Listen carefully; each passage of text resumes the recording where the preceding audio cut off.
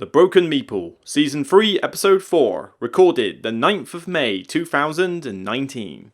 The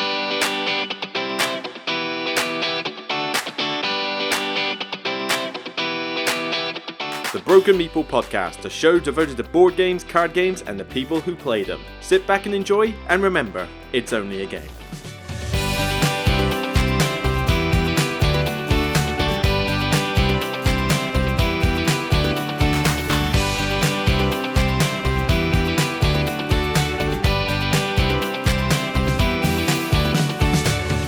Hi everyone, sorry I've had a long absence. Yes, I've been doing a fair few videos, but April and May is quite busy for me. Even more so with the new job I'm in. The next 2 weeks I've got to go away on a tax audit for 2 weeks, so I'm literally, I'm here for the weekends, but I'm away for the weekdays. However, you'll get this episode out before I go, and, well, maybe I'll set it as I go, I don't know, it depends on the timing. I've got an anthology to upload as well. And I'll leave you with some content while I'm away, because I'll only have so much time on the weekends when I come back to record new stuff, but I will certainly have enough to keep the channel going over the next 2 weeks. And of course, after these 2 weeks, it is the UK Games Expo. Yes, and that's what the main focus of this episode is going to be, more of a kind of preview, just my thoughts on it in general, and what I think I will be doing when I get there. I have to admit, for the most part, I'm kind of winging it this year. But more on that a bit later.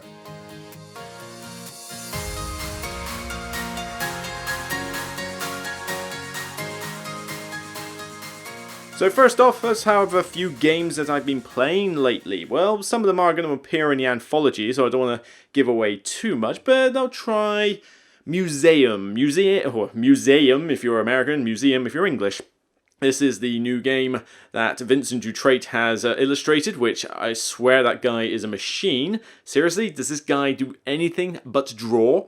But this was a Kickstarter a while back, and it was basically a card game where you were collecting these different, actual real-life relics from different continents, and you were putting them in your museum. And the idea was that you were collecting sets of different colours and continents and types, and you had this weird card mechanic where you drew it into your hand. You played it from your hand by discarding other cards from your hand, so I like that, when you got the multi-choice pay the cost, and that. It's a bit like what Valley of the Kings and San Juan and that kind of do. And the idea is that when you play them into your library, you can also take a turn to get the cards back from your discard pile, and opponents can actually pay you to take a card from your discard pile and put it into their library. So there's a bit more interaction between the players, and it's quite a neat concept. For the most part. The problem with Museum is that it's not that entertaining when you really think about it. It's okay, it's cool, the art looks nice and it's a fairly simple game, but it's got some fairly convoluted rules in it, and it's fiddly as all get out trying to work out what bonus you've got. The scoring system in this is weird. It's so weird.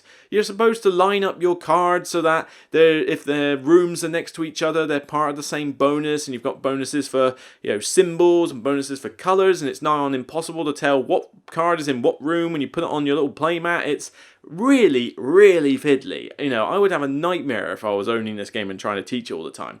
But the concepts in it generally work fine, but I really don't see why this was a Kickstarter. It's got a couple of mini expansions I've not played them, but from what I've heard, they don't really add that much to the game, and one of them that people don't even want to play because it sounds like it will just complicate things too much.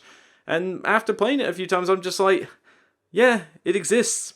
It's a card game. It's a bit fiddly, but I like some concepts in it, but not enough to really keep me that interested. Probably about I'm not even sure I could really give it a 6. I'd probably give it a 5. It's average. I don't really feel like playing it again. Every time it arrives on the table, I'm like, I'll opt for something else. Well, with the exception if the options are, if the options are Museum or Concordia, you can guarantee I'm playing Museum. But, it just really wasn't doing it for me.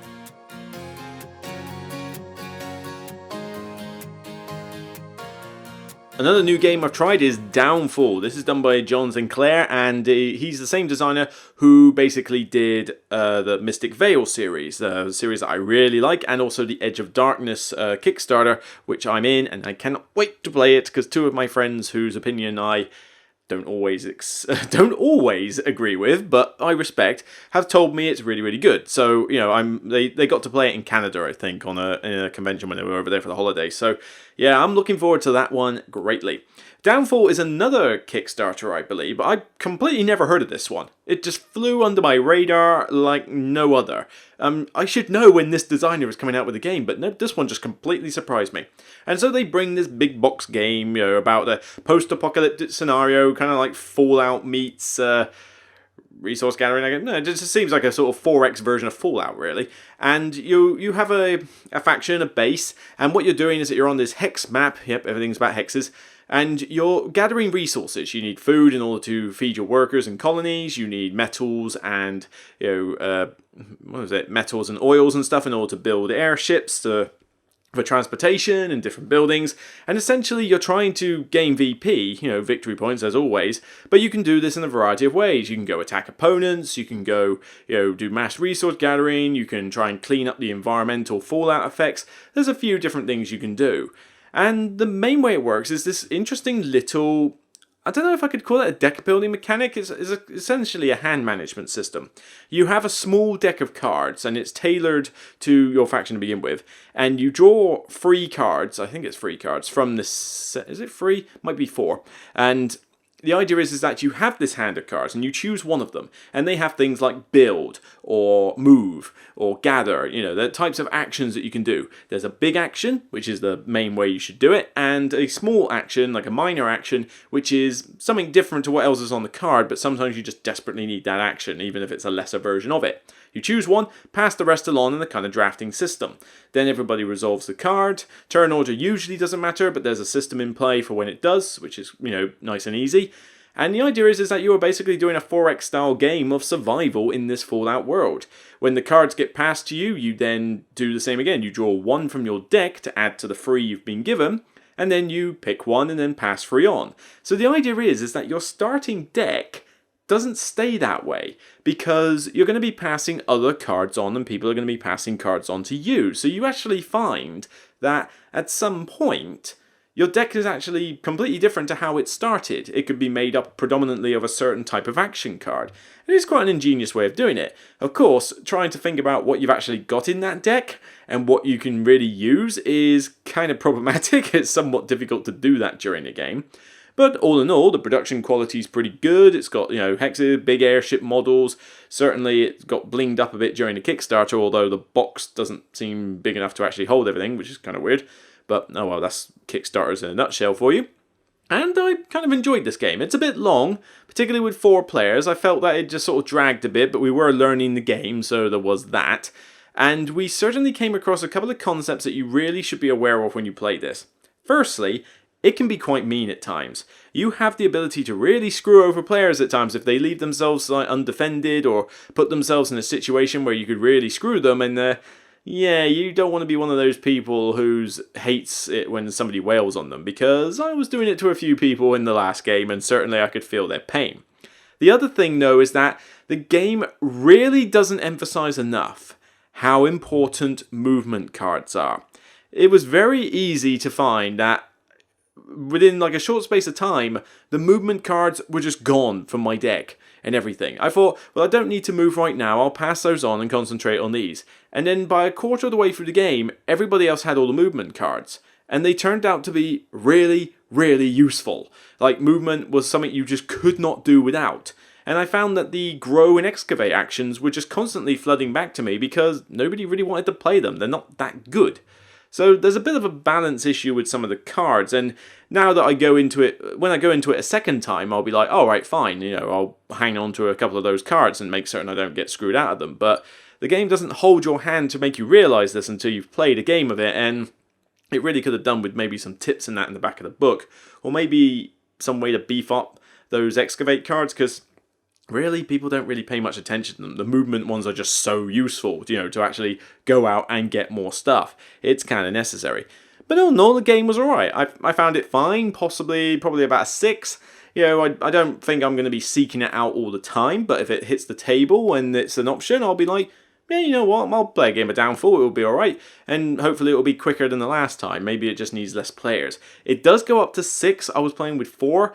I will not play this with 5 or 6. I'm sorry, it was long enough with 4. It does not need 5 or 6. Because the map scales with players anyway, so all I'm doing is just adding more time to the game and some more potential lethal interaction, I suppose.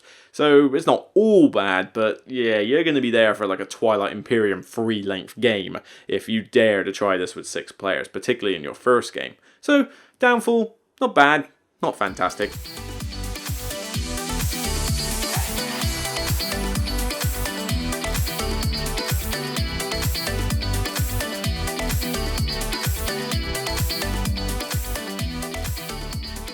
Okay, on to the Expo. Yes, I go to the UK Games Expo. I think I've been going there ever since I started going there. I've not missed a year. But I don't know whether this is my 5th or 6th Expo. Probably my 6th. I'm trying to think. It's, you know, I've been going each year and it's certainly grown. I mean, the first time I went, it was still in the Hilton Hotel. And then the year after that, it started migrating into the NEC Centre, and now it's just getting bigger and bigger and slowly taking over the entire NEC Centre. And good on it, because more space is good. I don't like it when conventions get too crammed. The problem I am finding with the Games Expo in general, though, is that a lot of game releases, well, when you've done this as long as I have, you start noticing trends with game releases. And it's evident that the first 4 months of the year, aside from the occasional gem, game releases are mostly rubbish. You know, they're not interesting and not particularly great. Not including Kickstarter releases here, that's different. They just come out when they come out. But generally, a new published game, I'm like, yeah, it's there, not that fussed. And certainly that's the way for the first 4, maybe even 5 months. But then you get to the UK Games Expo and it's still nothing much changes. You get a couple of new releases there, but nothing that I would say is like, oh my god, Hermigerd amazing or anything. Generally, a lot of the good games, like the really good stuff, the hotness, comes out around Gen Con, sort of post-Gen Con in the summer, and Essen, and leading up to Christmas. I mean, for obvious reasons. They're the 2 biggest conventions in the world, and Christmas is, well, Christmas. So it's normal for that. So when I go to the Games Expo, more and more each year, and this is a combination of the timing of the year and also possibly just my exposure to board games has possibly left me a little jaded, but there's never usually a lot of games I'm looking forward to anymore. I seem to compare UK Games Expo to kind of like the indie games market for video games, where it's a lot of these little games done by like random people I've never heard of, and you know, maybe they're Kickstarter ones that I've not heard of, and you know, they're not like the biggest names there releasing their next big hotness, and they seem to be a lot of the small games, the small titles. Now, that's not to say they're all bad. I'm not saying that at all, but there's definitely a case of, well, you know, they're alright, but it's difficult for them to draw me in. I go on Tabletop Together's website for their tool, for looking around conventions, and my god, it's a good tool. But, my god, I was scrolling through it for the Games Expo, and I just really couldn't find anything I was interested in. Now, I don't go into a huge amount of detail when I go through this tool, because some people might spend hours at this thing looking at Board Game Geek for all the details and in the forums and that. I'm not. I am interested in 2 things. I want to know, well, 3 things. I want to see the cover, so the cover better be interesting to start with. I want to see the publisher and designer names along with the stats, you know, so like, you know, how many players is it, how long is it, who designed it, well, that's an indication. And then I want to see the mechanics, and they're usually down a list, so I want to see, that, oh, it's got exploration, deck building, and action selection. Okay, fine. And then I look for those, and I see what combinations come out, and I start thinking, right, I want to look at those specifically. But I really just could not find a lot this year, and it's getting worse every year. You know, when I go to Essen, there's usually a fair amount I want to look at, but even that's starting to dwindle. But I remember being like a kid in a candy store the first time I went to Essen. And probably the first couple of times I went to UK Games Expo as well, but then that's because I wasn't doing the blog as much. It was certainly not, you know, the main thing I did. I wasn't getting as much review copy, so I wasn't seeing these games ahead of time. But, wow, you know, now I kind of see a lot of these things coming, and I don't desperately need them. So, just looking at the Tabletop Together tool now, what have I got on there? I got Cloud Spire. That looks, you know, it's an interesting cover, and Top Gear, Dice Tower. Yeah, I've got that on the brain at the moment. Dice Tower mentioned it in their anticipated games. I'll admit, I will give it a shot. Not a problem. High Rise, you know, formal Ferret Games. You know, they've done some pretty good stuff. But a heavy city building game, I might like this. I'm a little bit concerned that it might be a bit too heavy, convoluted, and long, considering the time length on this game looks pretty high, but we don't have a lot of good city building games other than things like Suburbia and Quadropolis, and even then, that's a medium and a light game respectively. I could do with a heavy city building game. I then got Imperial Settlers Roll and Write, and to be honest, I want to try it, and I will try it over the Games Expo, but I'm not exactly like jumping for joy at the more mention of another roll and write game, especially when you actually call the game roll and write. That just seems, what, come on. But yeah, roll and writes just don't do it for me as much. I've got Harvest Dice behind me right now. That is my go-to roll and write. I played Corinth, that's on the Anthology review. It's okay, it's fine, does what it says on the tin, but again, I mean, at least it's better than most other roll and writes, I'll give it that. But a lot of them are just like multiplayer solitaire solo games with a pad and pencil. I just don't seem to go for them as much. Chocolate Factory, I don't know if I'm going to like this one as much. I played the prototype and I wasn't exactly bowled over with it. So, just to see a more, decent production quality version rather than a prototype, I'll go for it, no problem. Letter Jam, I like word games, I like little word party games, and I believe Paul Grogan wants me to sort of have a look at this as well, so, I'll give it a try. I think there's not a lot of party games being released these days, so I would like to see more. Sierra West, try saying that fast when you're drunk, that does look pretty sweet, actually.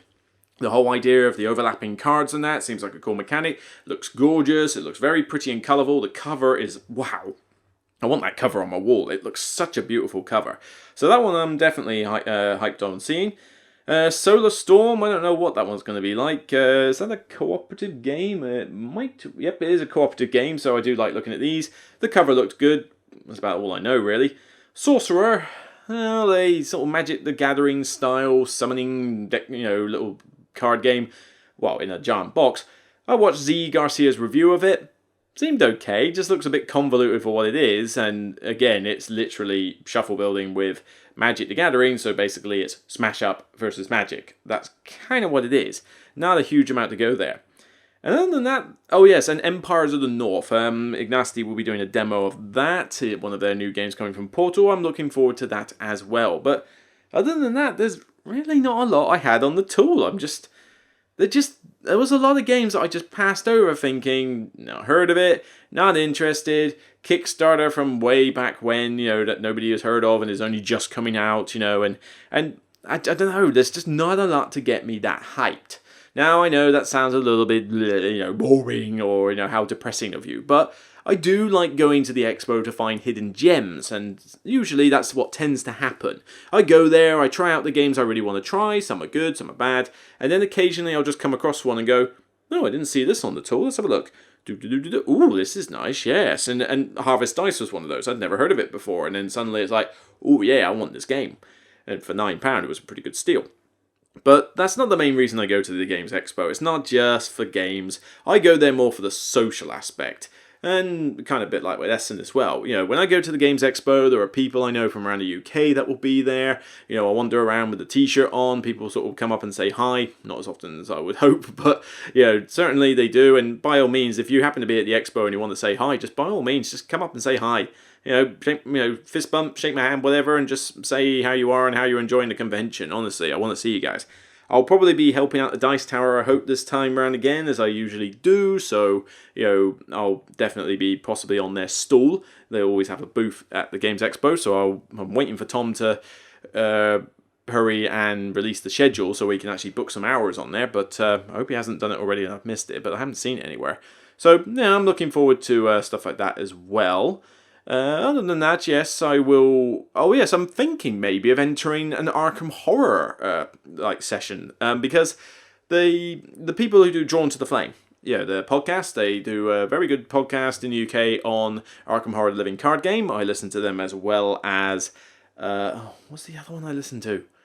I can't remember their names now. What did I say? There's several of those podcasts I listen to. Mythos Busters. That's it. Yes, shout out to them, but. I listen to Drawn to the Flame as well, and they're generally, those two are my go-to Arkham Horror LCG podcasters. And they're doing a session on the Saturday where they're going to play through both sessions of I think it's like Guardians of Lunacy and the Labyrinth or something. I can't remember. It was basically this whopping great big like 12, 16 person mega version of Arkham Horror the LCG.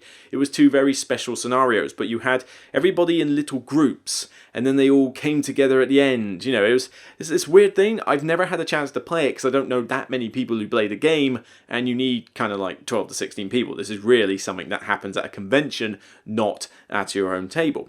I've got the decks, can never play them. I'm not entirely certain why I bought them, to be honest, you idiot, Luke, but waste of money. But they're going to do them on the Saturday, 3 hours apiece, and that is what is slightly off-putting. Saturday, if I do 3 hours apiece, that's like 10 till 1 and then 2 o'clock till 5, I'm pretty much cutting the expo out of my entire day for Saturday, bar 1 hour either side. And that's not including like walking to and fro something and probably getting something to eat. So I'm a little bit hesitant, but I don't know. It's £5 a session, so I'm going to pay £10 to be in this thing. But if it starts selling out more tickets, or maybe if they need numbers to boost it up, I'll join it. It'd be cool to meet them, because I suspect they'll be actually there, so it'd be cool to meet those. And yeah, it does sound like a fun scenario. So I'm in 2 minds. I'm in an iron about it. I might join it, might not, but this might be the only chance I get to do it. So again, weighing up the options, I don't know. I hate these kind of decisions, but I'll think about that nearer the time. Other than that, though, I don't tend to go in for many events other than live shows. So I think Paul Grogan is doing a live show, so I'll probably go along and watch that. Mike Barnes will no doubt, I'm sure, do a live show of some description, so he does a Who Dares Rolls, so by all means, if half the time he does it too late, and I'm usually double booked on stuff, but, I'll try to see him again, I'll try to see him this year, but if I can't, then I say to you guys, go ahead and support him, go watch his show, it's usually a good laugh, and usually more for the adults than it is for the kids, but, carry on with that. And of course, if Dice Tower do a live show, I will definitely be watching that one as well. But other than that, I don't tend to do a lot of the events, the tournaments and that, because I'm really not a fan of tournament play. I've really soured on it now. I want to play games for fun. I don't care if I win, I just want to play it for fun. Of course, I'll try to win, but if I lose, what does it matter? But with tournament play, you're given an incentive to win, and people take it too seriously. A game like Catan and Splendor, Catan and Splendor are predominantly luck-based. Well, Splendor maybe less so, I don't know. But Splendor, you got luck of the draw, and that's obviously going to have a factor. But Catan, you're rolling dice for resources. You might do badly just because the dice don't roll well for you. Ticket to Ride, there's a ton of luck in that game as well. So how do you have tournaments and national qualifiers on such a thing? It's like saying, you won the national championship of Ticket to Ride because you were a bit lucky than this guy. It's like, what? That doesn't make sense. Obviously, you've got decisions to make, and it's not all luck, but, there's certainly a bit of a sway with it. But again, I'm just not a fan of coming across those games where you play in a tournament, and suddenly people are taking it too seriously to enjoy it, and it just sours my mood on the game. So, the last time I did tournaments, I think I was doing the Netrunner tournaments, and again, same problem. I played Netrunner for a bit with, friends and had a bit of a laugh. But as soon as you play it with tournament people, oh my god. Dare you try to make conversation. Dare you try to, have a bit of a laugh or take your time while doing stuff. Nope, they want to win. They want to win those championships. So, yeah, kind of not into that anymore. So, yeah, apart from the Saturday, certainly Sunday and Friday, I'll basically be meandering around the expo, trying out games. I'll be booked into certain demos at times. I've had emails, and I know I'm going to be with Ignacity for some of it, and Awaken Realms, and I know Paul Grogan wants me to try out that Word Jam, or whatever it was, Letter Jam. So, I'm going to try and get on with some publishers and designers there, and just generally wing it, really. That's kind of what I like doing at the expo, just wing it. I walk around and see what's around and see what catches my eye while saying hi to bloggers and podcasters and designers and publishers and that I know from Twitter and Facebook and the blog. So, yeah, like I say, if you do see me at the expo, by all means, just come up and say hi. It will mean the world to me if you do. Other than that, convention-wise, I don't know what else I'm doing this year other than definitely Essen. Of course, I'll do Essen. I always do like the StabCon Souths, but they're like minor ones in Southampton way. That's nothing major. I do the HandyCon, so yes, I will be at the next HandyCon. There's one in August, I believe. Yes, I'll be there. What else? Oh yes, I'm also definitely going to try to be at Tabletop Scotland. So I've never been to this one before, but I've seen pictures. A friend of mine, Darius Twyman, I can't remember his surname, but he used to run Uncom before eventually that had to stop working, which was a bit of a shame actually, because it wasn't usually the convention I would personally go to, but it was a very nice convention for welcoming families and younger ones and new gamers. So it did what it set out to do very well. And it's a shame that it can't be run, but running a convention is expensive, stressful, and very hard to do. Just ask Paul Harris on that one. But he's been to Tabletop Scotland, Darius, and he's told me about it. I've seen pictures. It looks cool. It looks like they've got a good library, some half-decent events, and it's Scotland. Yeah, I like Scotland. I've been there a few times. I like the area. It's very scenic. I like the food. Actually saying that, I've not tried haggis, but I like the rest of the food. I like the drink selections they have in bars and that. I like the people. Scotland I'm cool for. I've never been to the Scottish Highlands either, though. I really want to go to the Highlands. I want to be trekking on those mountains. Yes, that's what I want. Might be freezing myself to death, but I want to try them nonetheless. But yeah, I'll probably try and get to Tabletop Scotland. I'm probably going to fly up and, buddy of mine on Facebook who watches my blog and I met on the last Aircon, he's been very kind. He's actually thinking of putting me up for the night in a spare room. So it's like, fair play to you, mate. It saves me a packet on accommodation, and like I say, the convention better than I do because you live 5 minutes away from it. So I'll definitely be up to that. All I've got to do is find a good flight to get to Edinburgh from Portsmouth. Trip to London or Southampton, I can hope. But we'll see, because I ain't driving all the way there. No way. I'm not driving up through those average speed cameras on the M6 anymore, okay? It killed me last time I went to the Lake District. I hate those average roadworks. I hate them with a passion. But, yeah, I digress. Other conventions, I don't know. Maybe Manicon. I don't have much incentive to go to Manicon, usually. Didn't like MidCon that much. Stabcon South already mentioned, it's more local, and of course Essen is the big one, which I'm going to be driving to this time. Parents don't even know I'm going to be driving to it, but don't tell them. I think my mum would freak. But yeah, I don't want to fly there anymore. The train service is not as direct as it used to be. I'm fed up with having to juggle, can I carry this in my bag? And I can't take this many games back. And then I've got to get that overcrowded metro to the convention. And you've got to leave an hour early because if you don't, you get caught in all the sardine tin fiasco when you're trying to get back on it. And I'm just like, you know what? I'll just drive. I'll just make a day trip of driving to Germany, make a stop in Belgium en route maybe, and I will just simply drive there, and then I can go to the convention in my car, and then I can put stuff in the boot. I don't have to carry it with me on a train, and then all I have to do is drive 20 minutes outside of Essen to get to where I'll be staying, in an apart hotel, so it'll probably be nicer accommodation as well, probably quieter, and, but then that's only for sleep, and, getting up in the morning. Aside from that, I might as well just leave my car at Essen and then go have drinks. Go socialise. There's usually something happening in the evening. I don't have to wait and get a specific train to get back home. I can just literally go, well, it's a bit late. It's about 11:30. I'm going to go home. I'll get in my car and just go, However, I have never driven in Europe before. So this could be fun. Am I going to get arrested by the gendarmes, halfway through France? Or am I going to break a few traffic rules in Germany without realising? So I've never done it before, so fingers crossed I don't make a complete hash of it. But at the end of the day, that's my UK Games Expo plan, and, as a bonus, some future convention plans.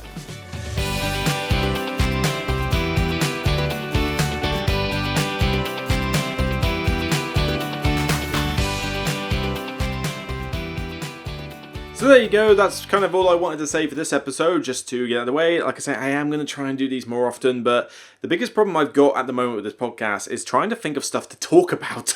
I'm talking about games that I've just played, that's helping, and obviously when a convention comes around I do that, but the one more game segment can only work so well every now and again, and I need more ideas. I need more ideas for what I can do on the podcast. I mean, I could do some top 10s and that, but then I already have that on the video front. And saying that, I do actually have a plan for the future that I bought a new stabilizer gimbal. One with a telescopic lens, so it allows me to do selfie vids a lot better. I'm thinking of dabbling with doing some kind of quick uploads to YouTube, which will not, they might have a title video, and they might not even have that even. They might not have any fancy lighting or fancy sound effects or anything like that at all. It will literally just be me, my phone, decent camera setting, on the stabilizer, videoing myself and then uploading it straight to YouTube. What I might do with those though are these impromptu videos. Say there's a top 10 that I've wanted to do but don't find it that interesting for the channel, or I can't fit it in. So, you know, on the channel I want to do next top 10 story-driven games. Maybe I want to talk about top 10 games from Z-Man Games or something, but you know, it's not something I want to put online, so I could just literally spend 10 minutes running through a quick top 10 of my top 10 Z-Man games, for example. And I could also do things like Q&A and just random thoughts, and maybe just show off my shelf, show off a bit of my setup, and just, yeah, just kind of what I do. So, you know, I'm looking into that idea. You know, is that something you'd like to see? Let me know. But obviously, if there's something you want to hear on the podcast, and don't suggest interviews and lots of other collaborations, because A, it's a lot of effort, and B, I'm not the most technically minded when it comes to doing like over Skype style interviews. I usually leave that to other people who are much better at it than I am. But, you know, in terms of segments, what you kind of want to hear on the podcast, you know, let me know your thoughts. I'm interested to hear. So with that aside, I'm going to head off now and think of something to do tonight, because I've caught up with all my superhero TV shows, and I'm kind of thinking what to do. That's why I did this podcast at the end of the day. Maybe I've got just enough time to play through some more Journeys in Middle-earth, or maybe I could catch up with my Arkham Horror LCG, because I am falling a bit behind on that. Or I could do some video editing. I don't know. I got options. It's just trying to do something rather than procrastinate. Anyway, take care. I'll see you on the next video, or you'll hear me on the next podcast. And until then, next podcast will probably be after the Games Expo. I'll do, next podcast will be a kind of like an overview of how the Games Expo went, as well as other bits. But until then, remember, it's only a game. Take care, and good night. Thank you all for listening to my content, and I hope it was enjoyable for you. If you want to catch me at other sources, then there's plenty to choose from. Facebook, Twitter, Instagram, and YouTube. You can find me at all of these places. Just search for The Broken Meeple on Facebook and you will find me. Same for Instagram. On Twitter, you can catch me at The Broken Meeple. On YouTube, just search for The Broken Meeple and you will find my channel full of videos about top 10s, reviews, solo walkthroughs, and all sorts of other things besides. Of course, you can subscribe to this podcast via the RSS feed on soundcloud.com. This is where episodes will be posted in the future, as well as audio-only feeds on YouTube. The Broken Meeple is a proud member of the Dice Tower Network. As always, remember my motto, it's only a game.